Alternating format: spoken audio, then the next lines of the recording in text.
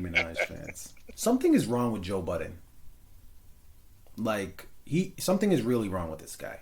Like just one thing you think, or this is just something Like, specific that you're going to talk just let about? me just get this off here. Like, I love what he's trying to do. I really do. I love what he's trying to do. He's trying to do it 100% independent. You know what I mean? He's not trying to, sign on to. Like, he's trying to do it, in my opinion, the right way. Put your own money up, fund your own shit. I love it. But when he says things like Charlamagne is trying to devalue him, he could say that. That's his point of view. He could speak to that. He has experience with that man. He could speak to that. But he also said that he's been trying to devalue him since 2010. Um, Much later after that, he went on Hot 97 to promote his album, Rage and the Machine. This album that he did with Arab Music, and Peter Rosenberg, he spoke to their friendship. He's like, because it was a very awkward interview, and he's like, you're gonna come down here and give us all this type of disrespect, da da da da da, but you go down the road to the Breakfast Club and you'll be all smiley and make jokes with somebody who, literally accuses you of all these things. So the reason why I say that is because in the very same breath, where Budden was saying, oh, Charlamagne's trying to devalue me, he's like, oh, a gig is a gig. You gotta take what it comes with. You gotta take with what it comes with. But what I don't understand is, if you knew that this person was trying to do all that shit to you since 2010, right? Since 2010, trying to assassinate your character, trying to tear you down, why are you paying him?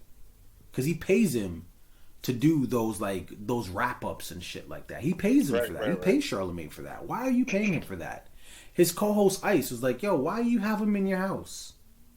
You know what I mean? And more to the point, with the Rosenberg comments, he literally puts his friends aside to fuck with people that are trying to tear him down. And the other thing, and this is where Joe really contradicts himself, and then you could spill. He says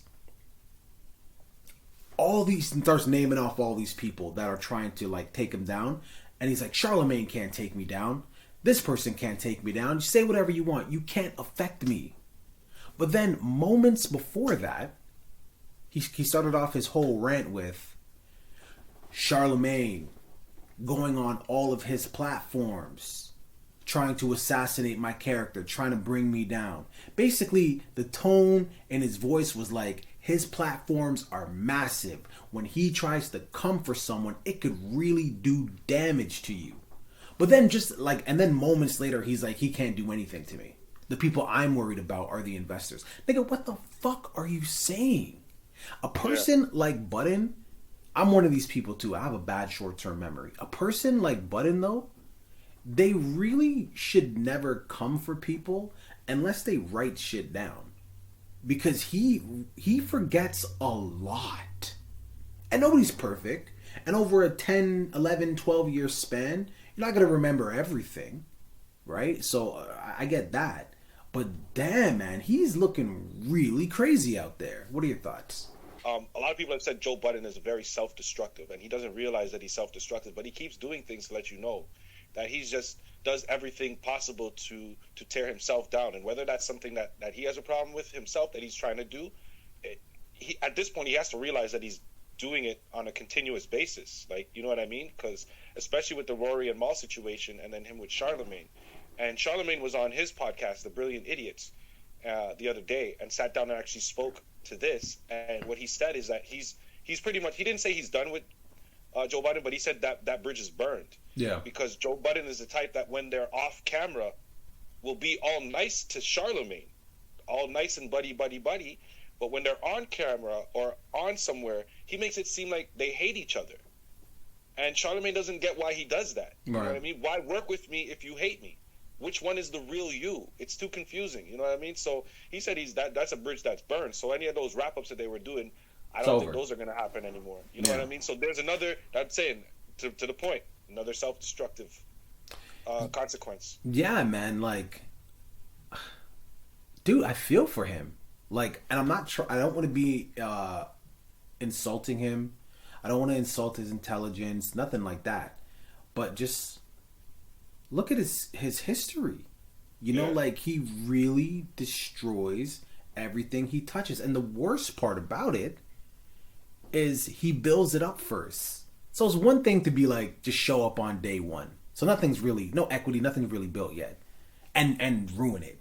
It's another thing to build it up to something beautiful and amazing and then ruin it.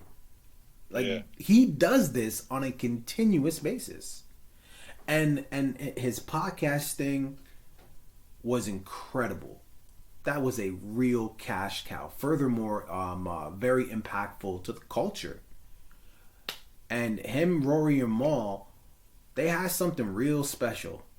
He's been on three different things that have kind of blown up at this point, right? Because there was Everyday Struggle. Yep, Complex. Well, and then he had something else after that, and with the Joe Budden podcast, and both of those things stopped.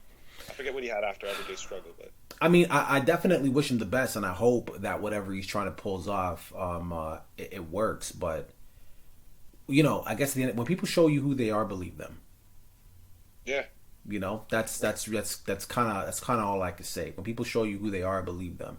And sometimes those, once they show you who they are, the best thing to do, if you don't want it to get too nasty, is just disassociate yourself with that person.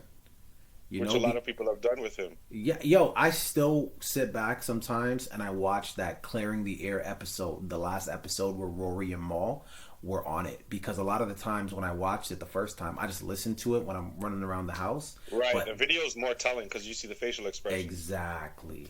When you watch, especially when reactions. Especially where you know where they are now, because there was a point in that video where Rory was like, hey, you know, for the public out there, I know it sounds like we hate each other, but we're actually in a much better space right now. You know, we're just all bullshit. Obviously. He was just trying to clear the air because he felt the tension.